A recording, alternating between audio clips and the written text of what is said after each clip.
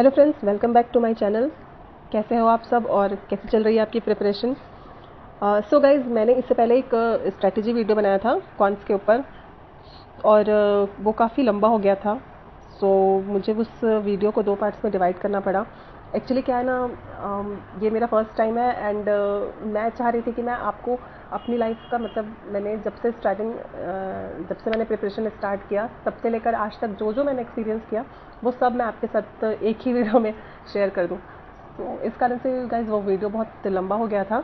आप उस वीडियो को 1.25 की स्पीड में भी देख सकते हैं, ठीक है, क्योंकि टाइम वेस्ट करने का कोई भी मतलब नहीं है ना। और सो गाइज ये पार्ट 2 है। इसमें हम आगे के बारे में चर्चा करते हैं, ठीक है। सो ज़्यादा टाइम वेस्ट ना करते हुए हम वीडियो को स्टार्ट करते हैं। Okay, so guys this is my introduction and this is me. So चलिए आगे बढ़ते हैं।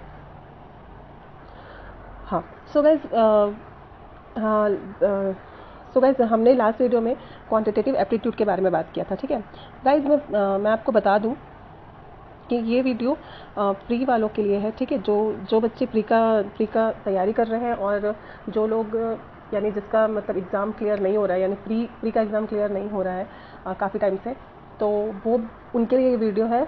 जो लोग ऑलरेडी प्री क्लियर करके मेंस दे रहे हैं वो प्लीज़ ये वीडियो ना देखें, ठीक है। वो इस वीडियो को स्किप करें क्योंकि टाइम वेस्ट करने का मतलब नहीं है, ठीक है। और जिनका प्री क्लियर हो रहा है वो लोग ऑलरेडी एक स्टेप पार कर चुके हैं, ठीक है। तो ये वीडियो स्पेशली फॉर प्री वाले बच्चों के लिए है, ठीक है।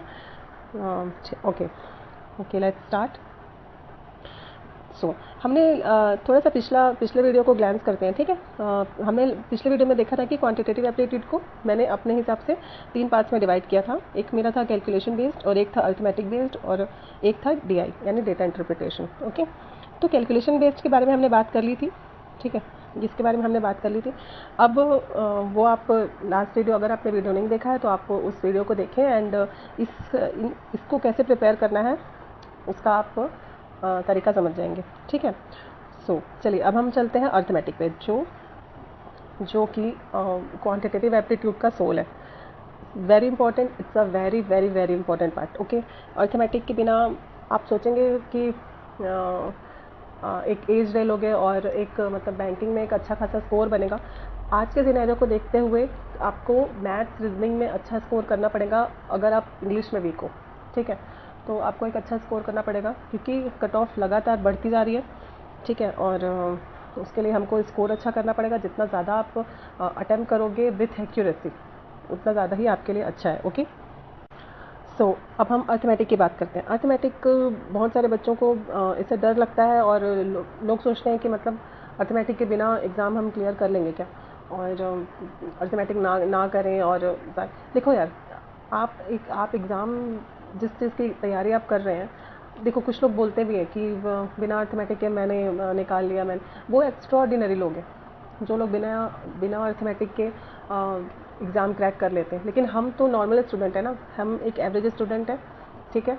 तो हमको सारी चीज़ें कवर अप करके चलनी पड़ेगी, ठीक है। ऐसा नहीं है कि हम थोड़ा थोड़ा करके और हम एग्ज़ाम भी, क्योंकि यार bank exam is a very very prominent, okay, and बहुत ही ज़्यादा मतलब इसका मायने है, बहुत मायने रखता है। ओके, अगर आप इस चीज़ में आए हो तो फिर अपने अंदर के डर को साइड रख के आओ। आप मैदान में युद्ध करने के लिए खड़े हो और आपको या तो आपको लड़ना है या तो फिर पीठ दिखा के भाग के जाना है, मतलब बाहर जाना है। उसके अलावा कोई भी ऑप्शन नहीं है, ठीक है। तो हम अर्थमेटिक से स्टार्ट करते हैं। ओके, मैं कुछ ज़्यादा ही बोल देती हूँ और ज़्यादा एक्स्ट्रा बोल देती हूँ, क्या करूँ, आदत से लाचार हूँ, सॉरी उसके लिए। तो हाँ, तो अब हम आते हैं अर्थमेटिक के चैप्टर्स पे, ठीक है। तो फर्स्ट ये जो 2 परसेंटेज और रेशियो है ना, देखो गाइस, मैंने ना जानबूझ के ये अलग अलग कलर्स पे करा हुआ है कुछ कुछ टॉपिक्स को, ठीक है। तो वो मैं आपको समझाऊंगी कि मैंने क्यों किया हुआ है, आप समझ भी जाएंगे कि मैंने क्यों किया है। सो गाइस, फर्स्ट चैप्टर है ये। आपको देखो, आप अर्थमेटिक स्टार्ट करोगे ना तो हम कंफ्यूज हो जाते हैं कि कौन सा चैप्टर पकड़े। एक दिन हम उठा लेते हैं टाइम एंड वर्क, फिर एक दिन हम कर लेते हैं प्रॉफिट लॉस, फिर एक दिन हम कर लेते हैं SICI।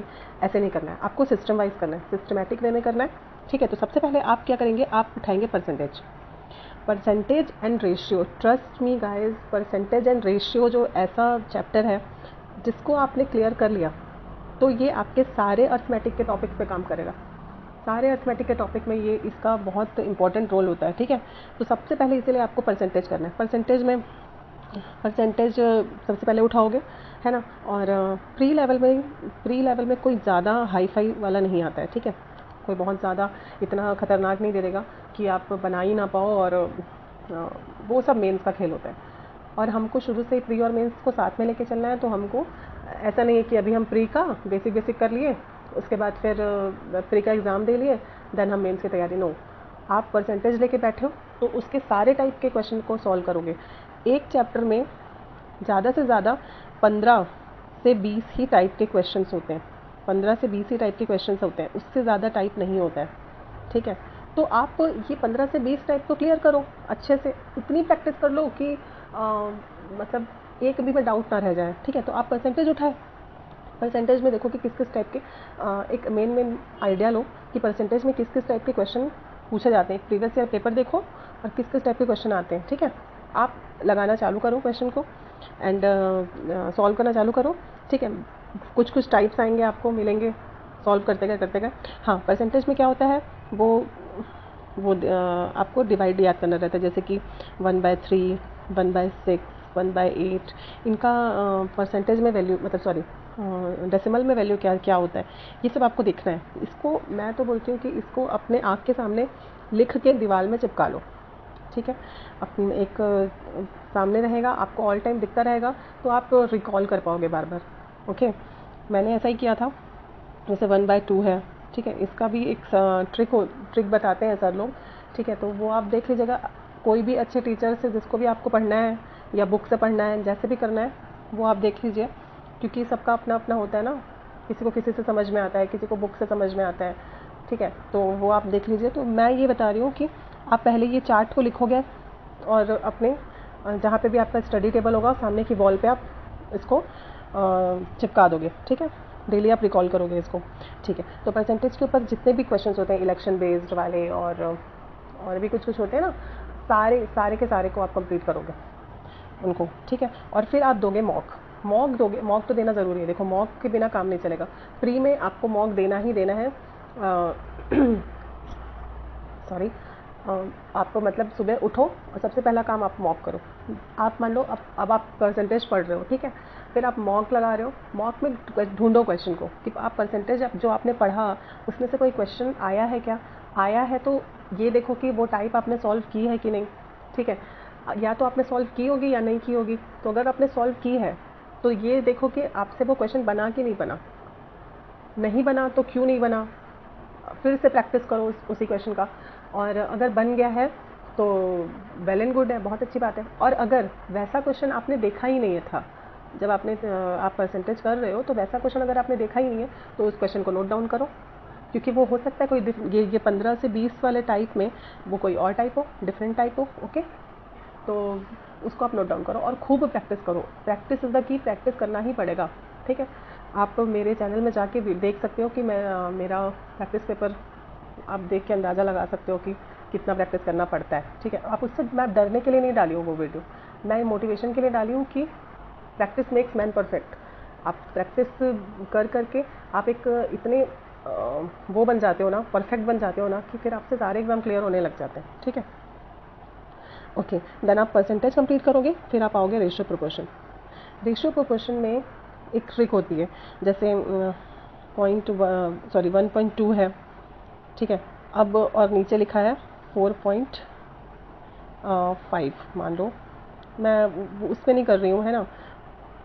और ठीक है, तो अब उसको इक्वल करना होता है, ऐसा कुछ इनटू करते हैं, ठीक है, इनटू करके इक्वल करते हैं। वो सब आप देख लेना। इसका कोई एक मतलब इसको सॉल्व करने का कैसा तरीका है, इसका बेसिक फंडामेंट क्या होता है, ठीक है। तो वो ये आप सीख गए ना, ये रेशियो मेथड जो सीख गए ना आप, तो ये आपको बहुत काम करने वाला है। ये जो रेशियो मेथड है ना, रेशियो मेथड आपको हर चैप्टर में काम दिलाएगा।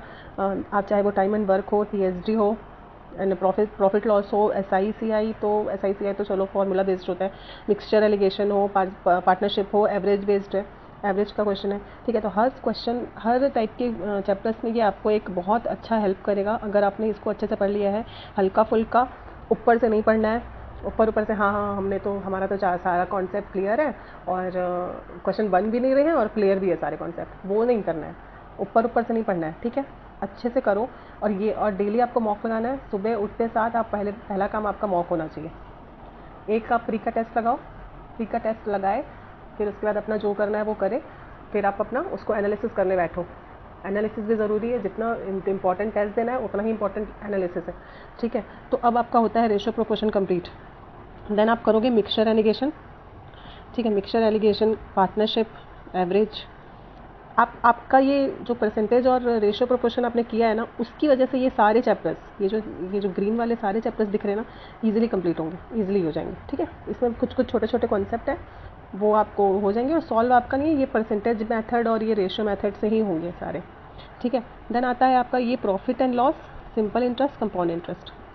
सिंपल इंटरेस्ट, कंपाउंड इंटरेस्ट में ना कोई बहुत बड़ा उसमें जाने का ज़रूरत नहीं है, पर मतलब बहुत बड़ा आपको एकदम पीएचडी नहीं करना है वहाँ पे, ठीक है। तो आपको एकदम गहराई में घुसने की ज़रूरत नहीं है। सिंपल इंटरेस्ट, कंपाउंड इंटरेस्ट, आप फॉर्मूला अच्छे से समझिए और फॉर्मूला से आपको पुट करना आना चाहिए, ठीक है। वो कैसे सॉल्व करते हैं ये आपको समझ में आना चाहिए। और एक डिस्काउंट मेथड भी होता है इसमें, एक डिस्काउंट टाइप, सॉरी मेथड नहीं होता, टाइप होता है, ठीक है। आप उसको भी देखेंगे, उसको भी कर लीजिएगा, क्योंकि वो इमरजेंसी के लिए, हालांकि ज़्यादा नहीं आता है वो, ठीक है। इक्का दुक्का बहुत कम एग्ज़ाम में देखने को मिलता है, बट अगर आप कर लोगे ना, सॉरी वो किश्त वाला इंस्टॉलमेशन, सॉरी क्या बोलते हैं किश्त वाले को इंग्लिश में, हाँ वो इंस्टॉलमेंट वाले जो क्वेश्चन है ना, वो आपको SICI में आप देख लेना। वैसे ज़्यादा पूछा तो नहीं जाता है, ठीक है, बट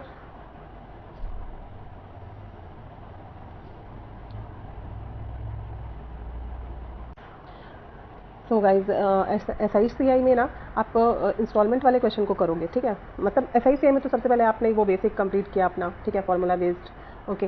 देन उसमें एक टाइप होता है इंस्टॉलमेंट वाला, ठीक है, किश्त वाला, वो वाला पार्ट होता है। तो वो वाले पार्ट को आप मोटा मोटी आप समझ लेना, एक आइडिया ले लेना और थोड़ा बहुत सॉल्व कर लेना, ठीक है। वैसे ज़्यादा उसमें से क्वेश्चन आते नहीं हैं, बट क्या पता हमारा बैड लक ही हुआ और एग्ज़ाम में वैसे क्वेश्चन आ गए, तब तो फिर गड़बड़ हो जाएगी ना। तो इसलिए हमको आइडिया तो होना चाहिए। मैं ये नहीं बोल रही कि एकदम गहराई में चले जाओ, एकदम बहुत हाई लेवल करो, एकदम कैट लेवल और ये लेवल तो वो लेवल, ये सब आजकल बहुत चलन चला है, कैट लेवल ये का कैट लेवल वो, कुछ नहीं, बैंक लेवल ही आता है, ठीक है। और मेरे हिसाब से मैंने तो बेसिक ही किया था। मैंने सिंपल इंटरेस्ट और कंपाउंड इंटरेस्ट वाले चैप्टर में बेसिक किया और वो इंस्टॉलमेंट का मैंने फंडा समझ लिया और कुछ क्वेश्चंस उसके प्रैक्टिस कर लिए, ठीक है। तो वो मेरा क्लियर हो गया। अब आते हैं अपन प्रॉफिट लॉस। प्रॉफिट लॉस भी कुछ, profit loss is all about formula based. Simple वाला जो अपना फार्मूला आता है ना, सिंपल जो अपना फार्मूला है प्रॉफिट लॉस का, क्या फार्मूला है, profit profit percentage equals to, so guys profit and loss में आपको क्या करना है, बेसिक जो उसका फार्मूला होते हैं वो याद करोगे आप। बेसिक फार्मूला में सारे फार्मूला एकदम भर भर के याद करने की ज़रूरत नहीं है। एक सिंपल फार्मूला होता है प्रॉफिट परसेंट, और SICI का फार्मूला होता है, सॉरी SICI आपका कॉस्ट प्राइस CP SP का फार्मूला होता है, ठीक है। एंड ये सब होता है, ये आप पढ़ोगे और उसके बेस पे क्वेश्चन सॉल्व करोगे। एक आता है क्या बोलते हैं, एक क्वेश्चन आता है प्रॉफिट लॉस में बेईमान दुकानदार वाला, ठीक है। बेईमान दुकानदार वाला वो भी कॉन्सेप्ट आप सीख लेना, पढ़ लेना, कि जहाँ से भी आपको पढ़ना हो, जहाँ से भी आपको अच्छा लगता हो, ठीक है, जिस भी सर से या बुक से, जहाँ से भी, ठीक है। बेईमान दुकानदार वाला वो करोगे आप प्रॉफिट लॉस में, प्रॉफिट लॉस में उसको कर लिए। अब उसके बाद प्रॉफिट लॉस हो गया आपका। सिंपल इंटरेस्ट, कंपाउंड इंटरेस्ट मैंने बता दिया, ठीक है। अब हम आते हैं देखो मेन चीज़ पे। मेन बोलते हैं कि ऐसा कहा जाता है कि ये मेन चैप्टर्स हैं, time and work and TSD, ठीक है। ये मेन चैप्टर्स हैं ये फॉर मेंस के पर्पज़ से, ठीक है। बट अपने को तो प्री और मेंस साथ में लेके चलना है ना। प्रिपरेशन के टाइम आपको सारी चीज़ें क्लियर करोगे ना मेंस लेवल तक की, ठीक है। तो टाइम एंड वर्क और पाइप सिस्टम, अगर आप टाइम एंड वर्क कर लेते हो, पाइप सिस्टम ईजिली हो जाएगा आपका, ठीक है। टाइम एंड वर्क करने के बाद पाइप सिस्टम हो गया, TSD करने के बाद आपका पोर्ट स्ट्रीम हो गया। इन दोनों का सेम कॉन्सेप्ट है, टाइम एंड डिस्टेंस TSD और पोर्ट एंड स्ट्रीम का, और टाइम एंड वर्क और पाइप सिस्टम का सेम कॉन्सेप्ट है, ठीक है। तो ये दोनों आप कर लोगे और इसमें भी एकदम ज़्यादा हाई लेवल में घुसने की ज़रूरत नहीं है। आप अल्टीमेटली आपका गोल क्या होना चाहिए, आपको कॉन्सेप्ट तगड़े से आना चाहिए। तो कॉन्सेप्ट इतना अच्छे से आपको आना चाहिए कि क्वेश्चन वहाँ पे कुछ भी दे, आप अपना दिमाग लगा के उसको सॉल्व कर ही लोगे, ठीक है। बट हाँ, प्रैक्टिस मेन है। ऐसा नहीं है कि आप कॉन्सेप्ट सीख लिए, हाँ अब हमारा तो ये क्लियर हो गया, अब हमारा तो बोर्ड स्ट्रीम क्लियर हो गया, अब तो हमसे सारे क्वेश्चन बनने लगेंगे, अब हमको कॉन्सेप्ट आ गया। वो कॉन्सेप्ट आना नहीं होता है। कॉन्सेप्ट आपको कॉन्सेप्ट आप सीख गए हो, उसके बाद उसके ऊपर आप 10 गुना प्रैक्टिस करोगे। इतनी प्रैक्टिस करोगे ना कि मैं ट्रस्ट मी गाइस, मैं आपको बता रही हूँ, मेंस का सॉरी यहाँ पे बात हम प्री की कर रहे हैं ना। प्री का आप मॉक लगाओगे ना, प्री का आप मॉक लगाओगे ना, प्रैक्टिस इतनी ज़्यादा हो जाती है ना कि आपको पेन आप हाथ से पेन चलाते हो, दिमाग चलाने से पहले आपका पेन चल के और हाथ आंसर आ जाता है। Trust me, this is I experienced, मैंने ये एक्सपीरियंस किया है, ठीक है। ये सच में होता है, विदाउट आप दिमाग नहीं लगाते हो और पेन चलने लग जाता है। इतनी तगड़ी वाली प्रैक्टिस होनी चाहिए। मॉक तो देना ही है आपको। मॉक से आप ये नहीं करना है, आप कुछ लोग क्या सोचते हैं पता है कि हम पढ़ लेते हैं, बट हम फिर जब हम पूरा पढ़ लेंगे, जब हम अपना सिलेबस पूरा कंप्लीट कर लेंगे, तब हम मॉक लगाएंगे। अरे भाई, जब तक आप देखोगे नहीं कि आप उसको एग्जामिन नहीं करोगे कि आप जितना पढ़ रहे हो वो आपसे बन रहा है कि नहीं बन रहा है, वो आपको आ रहा है कि नहीं आ रहा है, तो कहाँ से देखोगे? मॉक के थ्रू ही देखोगे ना। मॉक के थ्रू देखोगे कि नहीं देखोगे? तो इसलिए मॉक बहुत ज़्यादा ज़रूरी है खुद को एग्जामिन करने के लिए कि जो आप पढ़ रहे हो वो वैल्यूएबल है कि नहीं है, सही दिशा में पढ़ रहे हो कि नहीं पढ़ रहे हो, वो सब चीज़ों को चेक करने के लिए मॉक बहुत ज़रूरी है।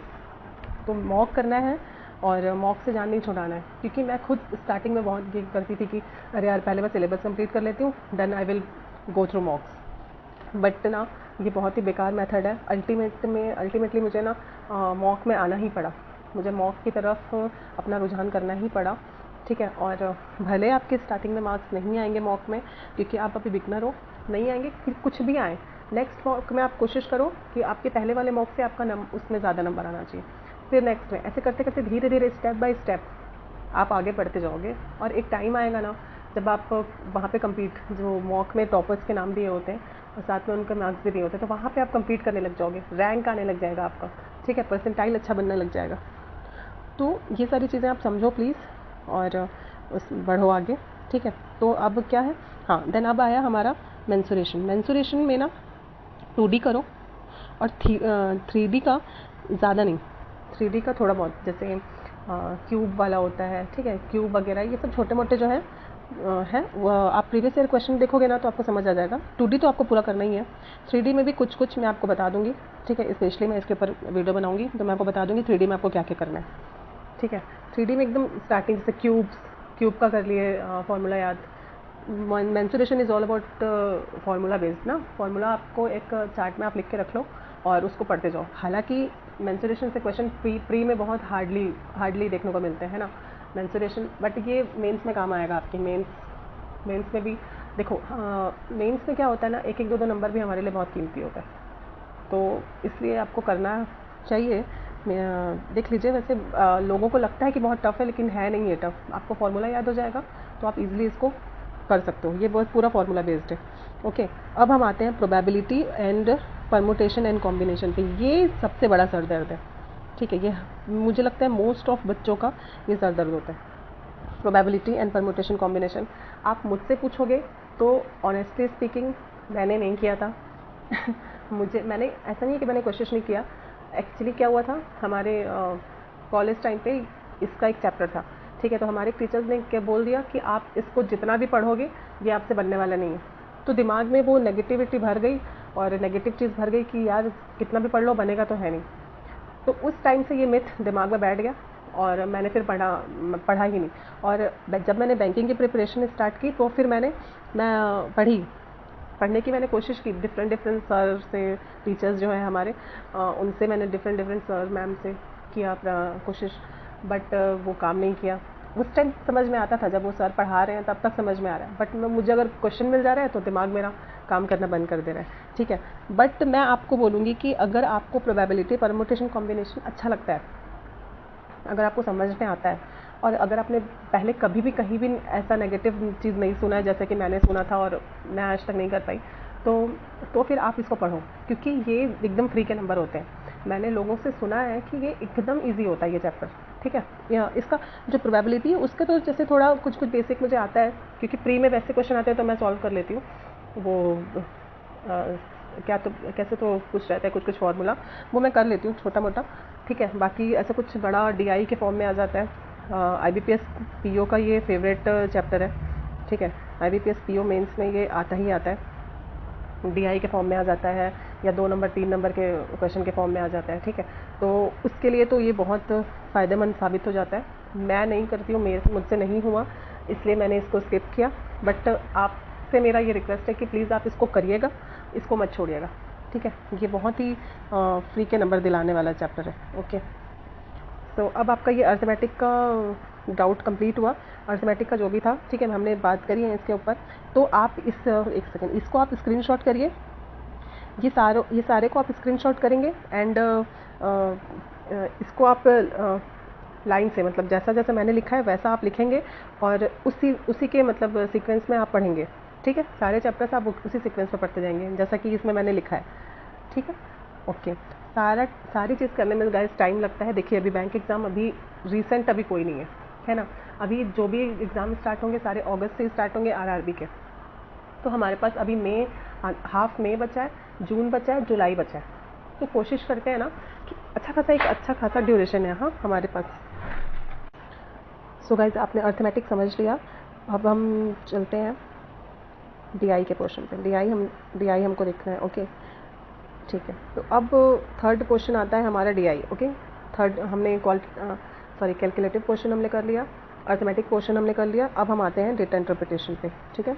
डीआई जो बिगनर्स होते हैं ना उनके मन में खासकर ये होता है कि यार डीआई मतलब कुछ बड़ा सा चीज़ है, कुछ हम मतलब खतरनाक सा चीज़ है जिसको हम मतलब समझ में आएगा ही नहीं, बनेगा ही नहीं, एक मतलब डर बैठा होता है। जबकि ऐसा कुछ भी नहीं है। डीआई तो और ज़्यादा इजी है। आप सोचो कि आपको थाली में खाना परोसाया मिल रहा है, आपको बस उसको सिस्टमेटिक वे में अपने मतलब ऐसे खाना है कि वो अच्छे से डाइजेस्ट हो, आपको एनर्जी भी मिल जाए, ठीक है। उसको आप कैसे खाओगे, पूरा एक साथ सान के तो खा नहीं लोगे, है ना। तो ये आपको सारी चीज़ें सामने मिलती हैं, इंस्ट्रक्शन में आपको सारी चीज़ें इसमें दी हुई होती हैं। डीआई का कैसा होता है, एक जैसे मान लीजिए क्वेश्चन है, यहाँ पे इंस्ट्रक्शंस लिखे हुए हैं, फिर यहाँ पे ऐसा कुछ टेबल बना दिया है इन्होंने एंड उसी के बेस पे क्वेश्चन पूछे जा रहे हैं, ठीक है।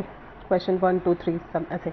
तो आपको तो सब चीज़ पता है, ये इंस्ट्रक्शन यहाँ पे दिया ही हुआ है, टेबल से ही आपको नंबर्स उठाने हैं और उसी के बेस पे क्वेश्चन पूछा है, तो आप क्यों नहीं बना सकते हो, ठीक है। तो कॉन्फिडेंट फील करो और बना लोगे आप अपना ईजी। हर चीज़ में मैंने कहा ना, आपको डर अपना साइड रखना है प्रिपरेशन के दौरान। ये सोचो सारी चीज़ आपसे बनेगी, आपसे नहीं बनेगी तो किसी से नहीं बन सकती। कॉन्फिडेंस रखना है अपने अंदर, झूठा वाला ओवर कॉन्फिडेंस नहीं बोल रही हूँ, कॉन्फिडेंस। आप इस तैयारी में घुसे हो ना, आप इस तैयारी को बैंक एग्ज़ाम की तैयारी करने के बारे में सोचे ही हो ना, तो आधा एग्ज़ाम आप पास कर लिए हो।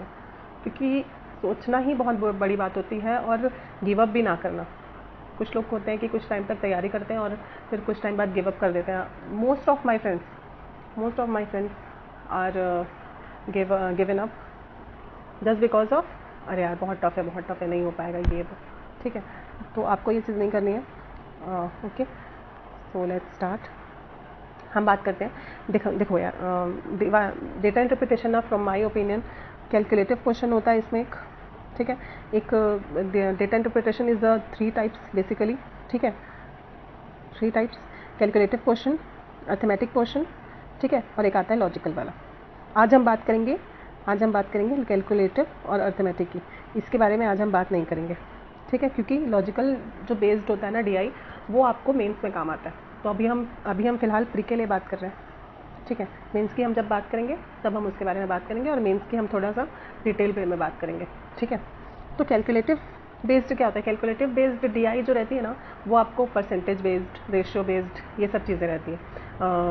देखो गाइस, परसेंटेज और रेशियो जो है ना, वो आपको मैंने कहा ना कि वो सारी चीज़ों में आपके काम आएगा। तो कैलकुलेटिव दे देगा, टेबल दे दिया, ठीक है, बॉयज़ का पूरा दे दिया, नंबर्स जो एक क्लास में इतने बॉयज़ हैं और टोटल नंबर दे दिया, ठीक है।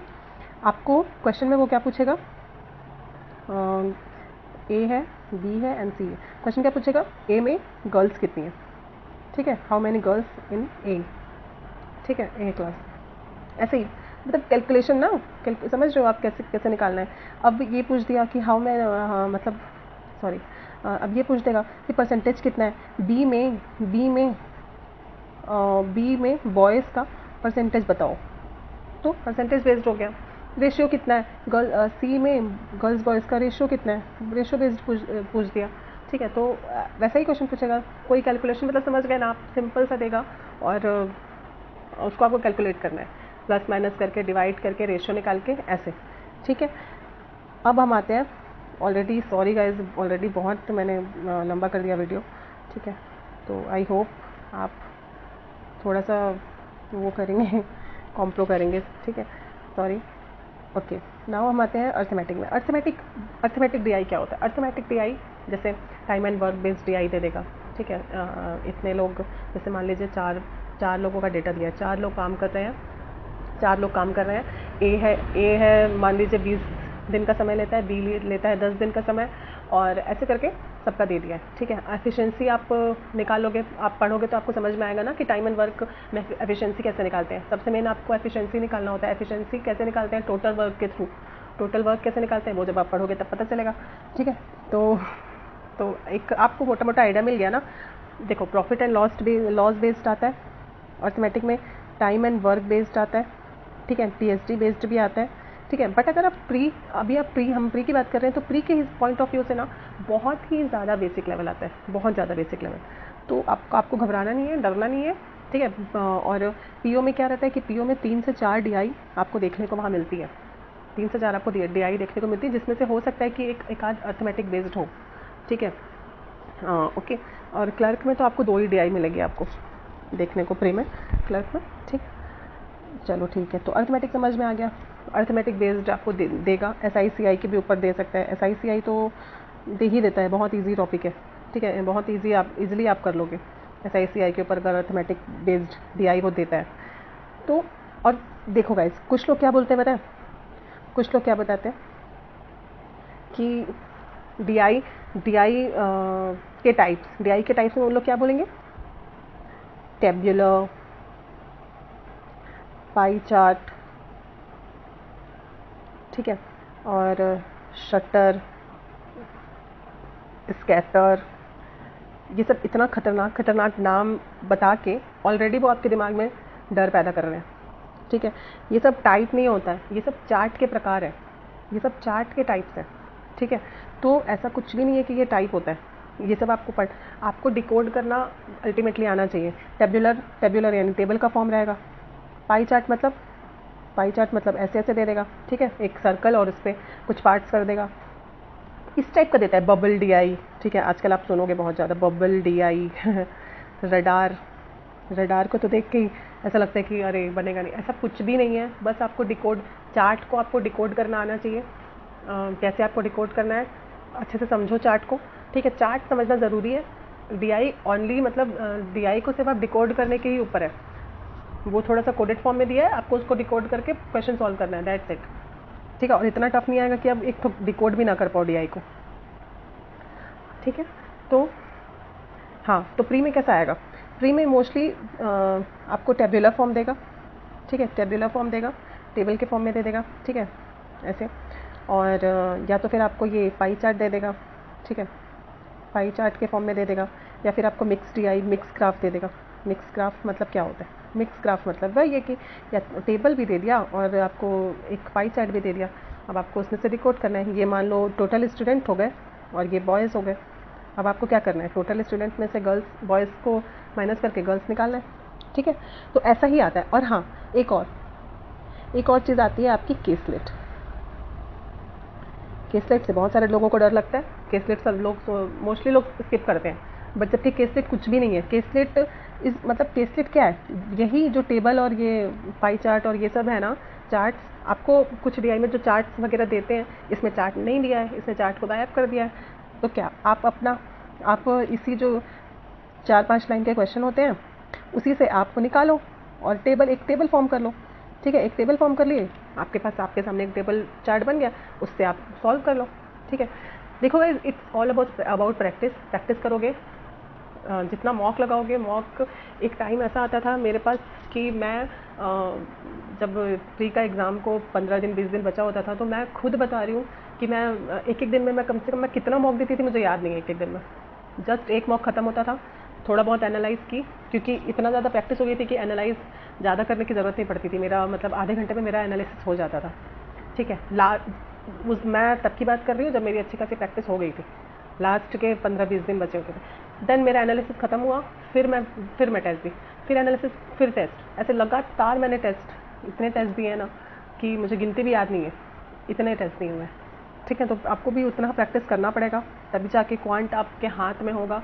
क्वांट कोई भी ज़्यादा टफ नहीं है, मैं ट्रस्ट में बता रही हूँ। मेरा 0 था क्वांट, मुझे बिल्कुल भी पसंद नहीं था, और मैं क्वांट मतलब मैं कर ही नहीं सकती थी, ऐसा था।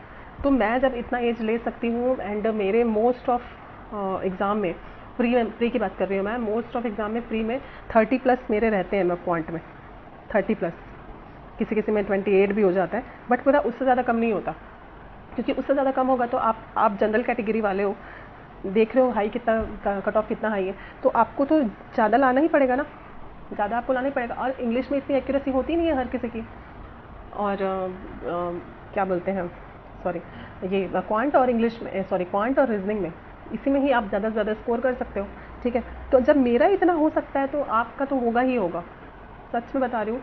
आप ट्रस्ट करो मुझ पर, बट ब्लाइंडली मत करो। मैं ये नहीं बोल रही हूँ कि आप मेरे ही वीडियोस को देखो, मुझसे ही समझो, ठीक है। आप और देख लो, और आपको किसी का अच्छा लगता है स्ट्रैटेजी वगैरह तो आप वो देखो, बट मेरी एक सलाह मानो। मैंने लास्ट में बोनस टिप की बात की थी, मैं सोचा था कि मैंने लास्ट में बोनस टिप आप लोगों को दूंगी। मुझे आपसे सिर्फ इतना कहना है कि time is very precious. Time को आप हल्के में मत लो। आप टाइम वेस्ट करोगे ना, टाइम आपको कब वेस्ट करके डस्टबिन में डाल देगा आपको पता नहीं चलेगा, ठीक है। Time is very precious. फालतू के वीडियो देखना, फालतू का स्क्रॉल करना, थोड़े थोड़े देर में how to prepare this exam, how to prepare pre in 10 days, how to prepare pre in 2 months, ये सब देखना बंद करो। ये सब मैंने खुद भी बहुत किया है, और मुझे फिर रियलाइज़ हुआ कि ये सब मैं फालतू कर रही हूँ। ये सब अपनी दुकान चला रहे हैं, जितने लोग हैं सब अपनी दुकान चला रहे हैं, समझ में आपको दिमाग लगाना है। मैं ये भी नहीं बोल रही हूँ कि आप मेरा वीडियो देखें, आपको अपना दिमाग लगाना है कि आपके लिए क्या फ्रूटफुल है और क्या आपको थ्रो करना है, ठीक है। किस चीज़ को आपको गेन करना है और किस चीज़ को फेंकना है, वो चीज़ आप अपने दिमाग में रखो। एकदम प्रैक्टिकल होकर काम करो, इमोशन में नहीं जाना है। कोई सर लोग होते हैं जिससे हम इमोशनली अटैच्ड हो जाते हैं, ठीक है। अब वो एकदम बकवास क्वेश्चन भी करवा रहे हैं, और लेकिन हम उनसे अटैच्ड हैं, तो हम उनके एक भी वीडियोस को, एक भी क्लास उनकी मिस नहीं करेंगे। और फालतू की क्लास चल रही है, वहाँ पे मस्ती चल रही है और फालतू के क्वेश्चंस चल रहे हैं। नो, आपको अपने आप को देखना है, क्योंकि अल्टीमेटली आपको थोड़ा सा सेल्फिश बनना पड़ेगा। आपको देखना है कि क्या आप मतलब किस चीज़ से आप प्रोग्रेसिव हो पा रहे हो, प्रोडक्टिव क्या चीज़ मिल रही है आपको, उसको आपको ग्रैब करना है, ना कि फालतू चीज़ें, ठीक है। तो मेरी वीडियो को भी आप 1.25 में करके देखिए, नहीं होता है तो 1.5 में देखिए, मुझे कोई भी प्रॉब्लम नहीं है। बट आप देखिए, अगर आपको इससे अच्छा एक मिल रहा है, अच्छा रिजल्ट आपको मिल रहा है, अच्छा से कुछ चीज़ें समझ में आ रही है, तो बहुत अच्छी बात है, thank you so much. And अगर नहीं आ रही है तो वो I am so sorry, please मुझे सजेस्ट करिए कि मैं इसमें और कुछ अच्छा कर पाऊँ, क्योंकि मैं ये वीडियो फर्स्ट टाइम बना रही हूँ, तो मुझे इतना आइडिया नहीं है कि मुझे कैसे क्या करना है, ठीक है। सो गाइज़, अच्छे से प्रिपेयर करिए, और बस अब एग्ज़ाम अब अगस्त से स्टार्ट हो जाएंगे, अच्छे से प्रिपेयर करो और पक्का सिलेक्शन लोगे। ऑल द वेरी बेस्ट, ठीक है, all the best, and be happy, keep smiling and do practicing, keep preparing, okay. And जल्दी ही आप सिलेक्शन लेंगे। Thank you so much, good bye.